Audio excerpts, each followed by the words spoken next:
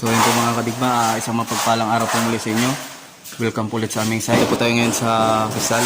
Gaya na nakikita ninyo ngayon, magta-tiles tayo ngayon ng lababo natin, yung kitchen sink, saka yung dito sa may rinse hood natin.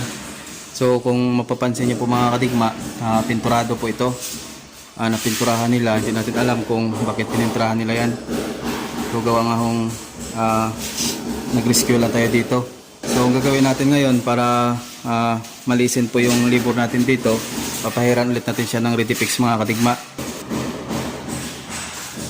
Redifix din yung ginamit natin dyan mga kadigma sa pagpahid niya. Actually yung wall dyan, kung napanood nyo, ganito din, makinis din siya. So ngayon, isi-share ulit natin sa inyo yung pagtatiles nito na hindi na kailangang tiktikan yung wall niya. So papahiran na natin siya ng Redifix mga kadigma kasi mas matagal yon kapag pinagtiktikan pa natin yan. So papahiran na lang natin yan paikot. So samahan niyo po ako, lilinisin muna natin to, itong area na to bago tayo magpahid. So bago yun mga kadigma, introhan muna natin. Yeah, came in 17. Damn.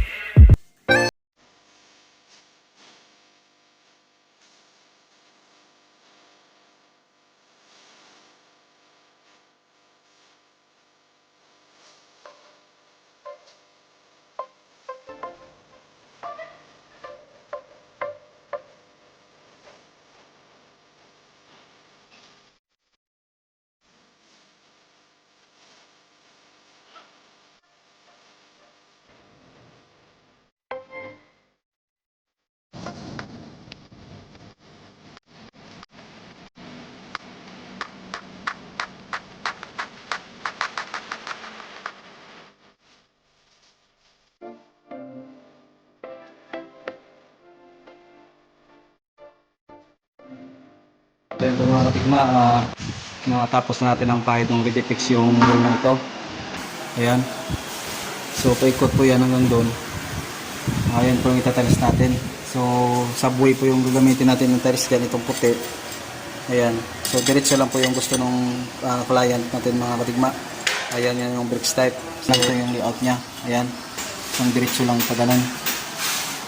So ayan, dito yung rinse hood natin. Mapapansin nyo mga kadigma, nilagay muna natin yung gas rinse natin kasi hindi tayo sigurado dun sa layout ng wall nila. Binirahan natin ng tubular. Malaki po yung kawang dito ng tubular mga kadigma. Ibig sabihin wala sa ayos yung pagkapalitada nitong wall. So nilagyan na lang natin ng tansi para sigurado nakita natin na manipis na lang yung mortar dito. Ayan.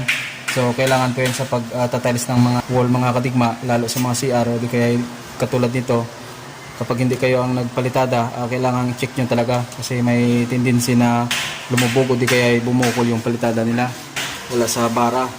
Ayan, kung mapapansin niyo mga kadigma, ang laki ng siwang dito. Ayan, so kakapal yung mortar natin dito mga kadigma. Dito sa area na to, kakapal to rito.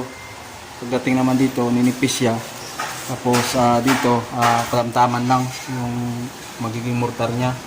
So nilagyan din natin ito, itong tansi dito, chinik natin kung papasok ba yung 60 natin na sukat dito sa 60 kasi yung standard nung laki nung slab natin dito mga bigma.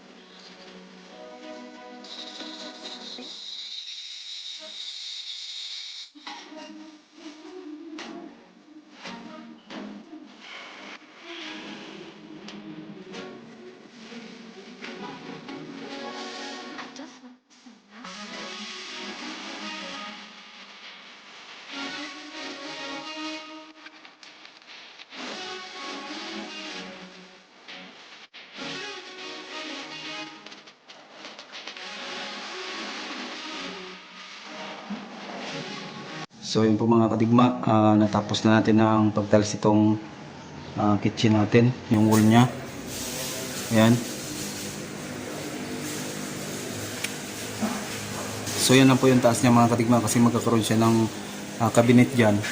Tapos yung area na to meron din papunta rito. Tapos yung gitna na to, yung mataas na yan, rainsod natin yan. Then yung rainsod natin pataas. Tapos dito may isang cabinet pa tayo. Kaya ganyan yung taas niyan. So hintayin na lang natin yung granite nito. Tayo din magpapabricate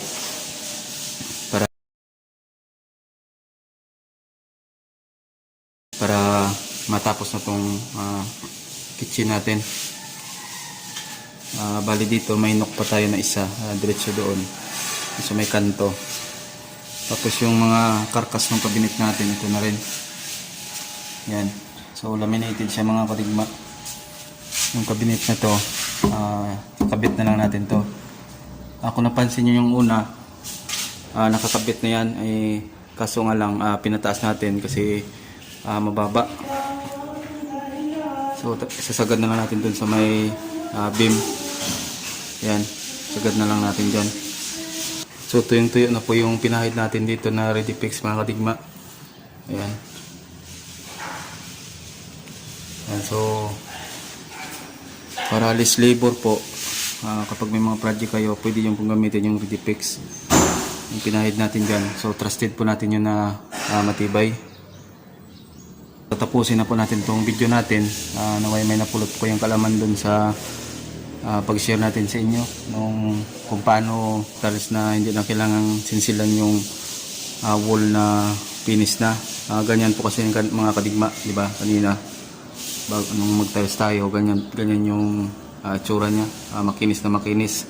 So hindi na natin siya sininsilan. Bago po tayo maghiwalay, magpapasalamat po muna tayo sa ating mga subscribers at sa ating mga silent viewers na walang sawang pinapanood yung video na ginagawa natin. At sa mga bago pa lang po na napadpad dito sa ating munting YouTube channel, ay i-click nyo po yung subscribe button tsaka yung all sa notification bell para maging updated kayo sa mga video na gagawin natin. So yan lang po muna ngayon mga kadigma. Maraming salamat po ulit. Mabuhay po kayo at God bless you po sa inyong lahat.